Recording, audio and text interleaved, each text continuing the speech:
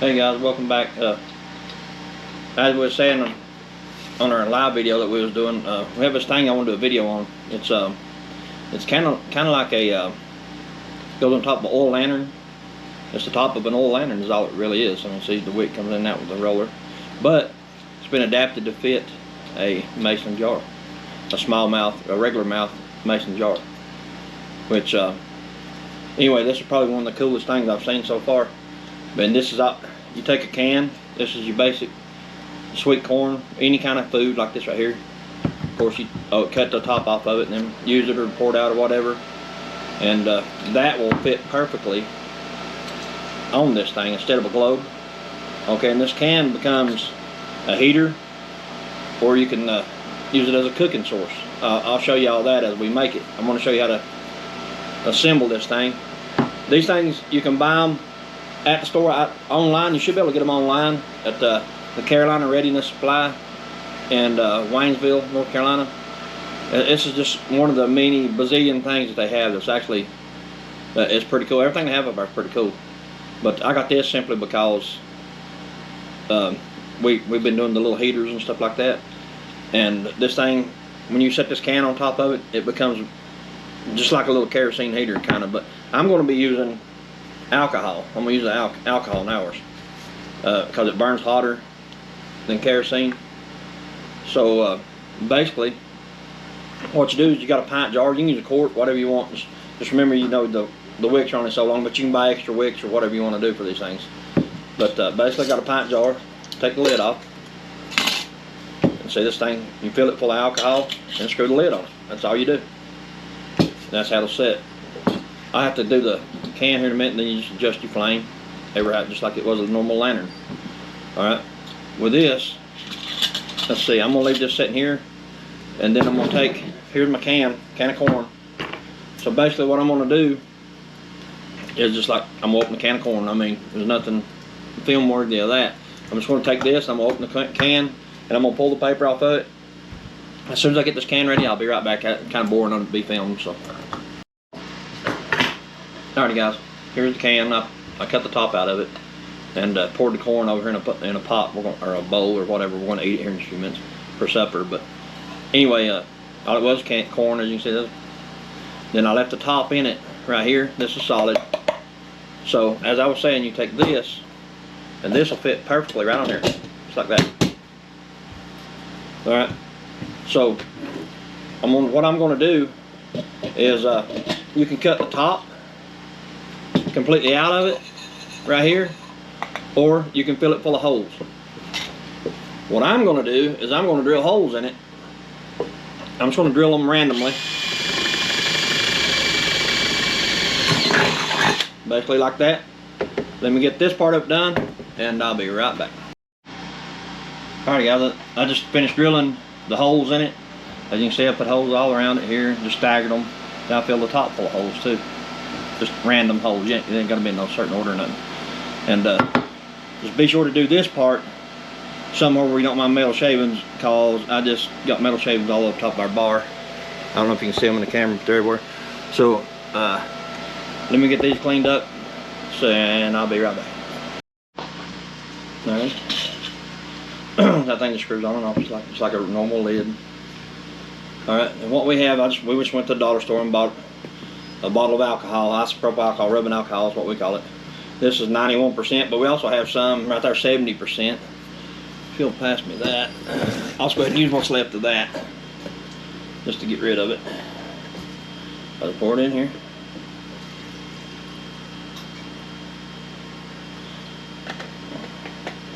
I'll save that lid. You can start fires in the wood stove and everything. Let's go. That's actually what I have been using to start the fires with. The wood stove. Squirting alcohol in there. It's some of the best fire starters you get.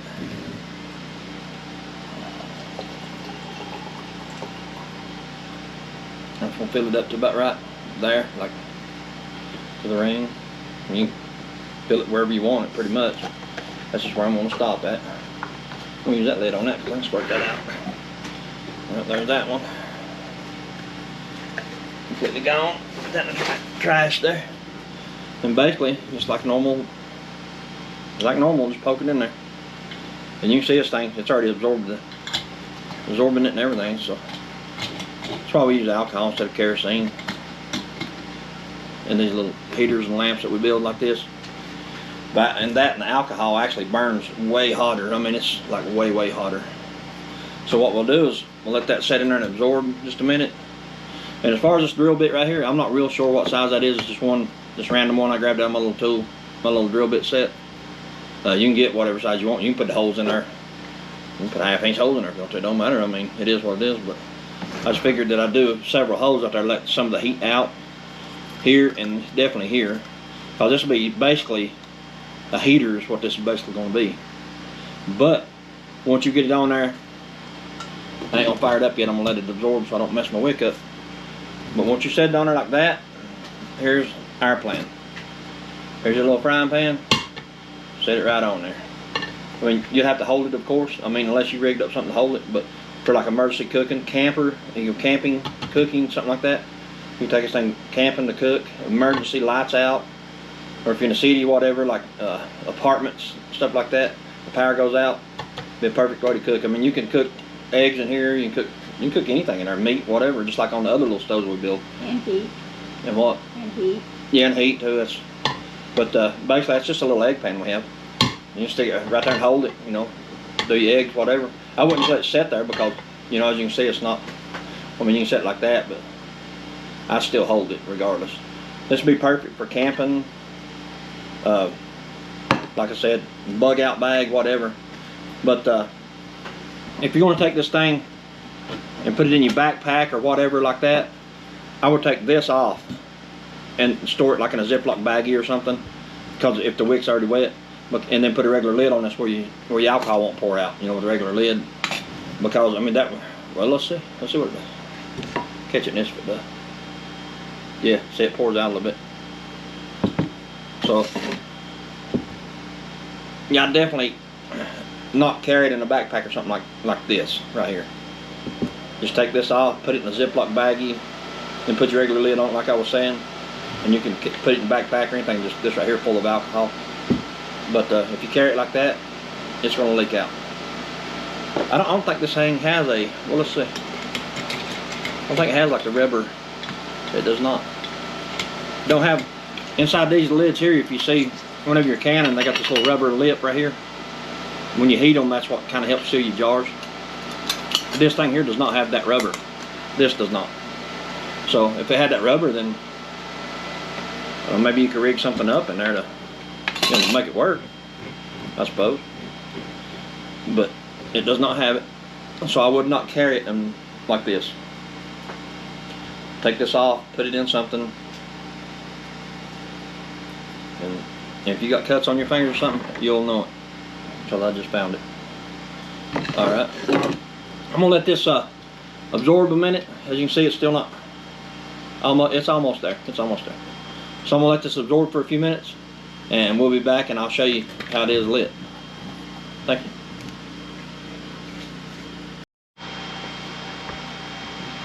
Alright, it's been soaking now for maybe 10 minutes, something like that. Let's just see what it does.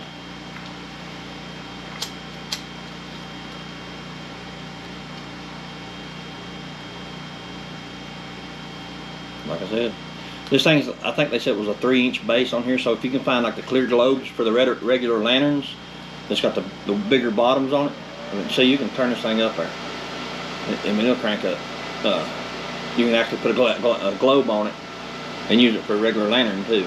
It's just make sure it has a 3-inch base on it. Not they got small ones and they got like the larger ones. The larger ones what this fits. But anyway, that's not what we're here today for. I'm taking it's been, like I said, soaking for maybe 10 minutes, and it's up there a little bit. So basically, here's all you do. Take this, and put that on there, just like that.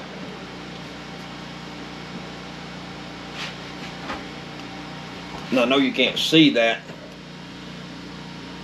but man, that thing's putting out some heat right there now. Let's turn this light off. I don't know if this. Yeah, that thing's, I don't know if you can see it in there burning or not. Let me turn it up a little bit. Yeah. You can hear that corn popping in there, that's what's left of it. Yeah. Oh, I should have thought that one through. But yeah, that's, you can see it cooking a little bit. That's because there's like corn residue left in there. See it smoking a little bit. So you can see the flame coming up top. That thing is hot. That's hot, hot. That's way hotter than I thought it was gonna be. That would heat a room. A lot. I mean, that's hot, and I've got it turned down about as far as I can turn it down right now because it was smoking too much. But I guess you need to do this outside the first go to get all the stuff, burn all the inside of it. Because you, let me turn the light back on. You can see it smoking just a little bit, and that's just like I said, just because it still had a little bit of that corn liquid and stuff in there. I should have known that was going to do that. But anyway, that thing's intense hot, and that's low. Let me turn it up. See the flame coming out top of it? Mm-hmm. Like a chimney. See if you can see the flames coming out of it. Yep. Turn it down a little bit. Don't get too hot. I still gotta take this off. So. No, I'd give it a minute or two. Yeah, no doubt. Okay, you can still blow it out through one of the holes. I just blew it out. But we'll get a minute, let it sit there and cool down, because I done grabbed a hold of it one time. That thing is intense hot. I mean, it's still, that's like a kerosene heater hot, you know. That's about what it feels like. You know, we used to have that round kerosene heater, how the heat can come off of it. That's what that feels like. Well, that's pretty much what you made. Yep. Yeah, basically, yeah, it is. Then, like I said, take your frying pan, set it right on there. I blew it out now, of course, but set it right on there. But as I was saying, this comes from Carolina Readiness Supply in Waynesville, North Carolina. They have basically anything and everything prepping related. We're going to do another video up there pretty soon. If anything anybody wants to see or know about up there, drop us a message down there, and I'll ask them or I'll bring it up. That was what, $6, wasn't it? Yeah, this thing right here was $6, $6.59 or $6.79 for this, just the top. It comes with the wick, but you don't get the jar or nothing. But I mean, still for $6, it's worth that. Because I guarantee you this right here would heat this living room and kitchen. I guarantee it would, because that thing's putting off some heat. I mean, a lot of heat, and it's still cooling down a little bit now. I would recommend, I just pulled the label off of it, but yeah, the label, some of that smoke was when the label's got like a little glue on it or whatever, and I'd recommend trying to get all that off. I did not. That's some of the smoke you were seeing, and you can actually, certain spots like right there, it's sticky right there. That's where glue was to hold that label on there. That's probably what that was smoking. But I know there was like couple little tiny little chips of corn and just a little bit of liquid in there. I didn't wash it out. I just poured the corn out, drilled holes in it, that's all I done. But anyway, this $6 and something, it's a quart or a pint, whatever. You do a quart jar too. Right here. You can do one of those too. It'll fit on this one also. But the wick itself, I don't know. It may touch the bottom. I don't know. I really don't know. But either way, you can buy longer wicks for it, and you can buy packs of wicks like at Walmart for their camping lanterns and stuff. Same thing. Or they at Carolina Readiness Supply, they sell rolls, big rolls of wick. You just cut it to your size you want it, and you could use these the quart jars, as long as they're the regular mouth quart jars. But anyway, guys, we just want to. We had a couple people asking us about it, and I want to do a video on it and show you exactly what it was and how it worked. Because I talked about it a couple times in our live videos. Let me take this off. Okay, that's off. And basically what I'm going to do is I'm going to take this thing back off.